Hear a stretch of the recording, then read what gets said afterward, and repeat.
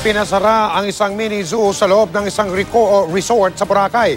Expired na ang permit ng resort mula sa Department of Environment and Natural Resources o DENR. Nakatutok si Victoria Tulad. Leon, tigre, sawa, ahas at mga puting loro. Ito ang mga hayop na tampok sa mini zoo sa loob ng Crown Regency Beach Resort sa Boracay Island. Pero ang atraksyong ito di na makikita dahil ipinasara na ang zoo matapos mapaso ang permit nitong mag-operate mula May 7 hanggang June 30 ngayong taon. Noong bukas pa ang mini zoo, patok daw ito sa mga bisita nilang lokal at dayuhang turista. Libre lang ang pagpasok sa mini zoo.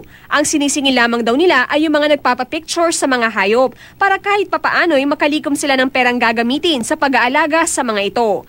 Isinusulong naman ng Provincial Environment and Natural Resources Office o PENRO na may pagpatuloy ang operasyon ng mini zoo sa resort. Base raw kasi sa kanilang investigasyon, wala itong paglabag sa batas. Mismong may-ari ng resort, pinabulaanan din ang paratang ng ilang grupo na minamaltrato nila ang mga hayop. Pero nasa Department of Environment and Natural Resources Region 6 pa rin ang desisyon kung bibigyan nila ng extension ang Wildlife Special Use Permit ng resort. Victoria Tulad, nakatutok, 24 oras.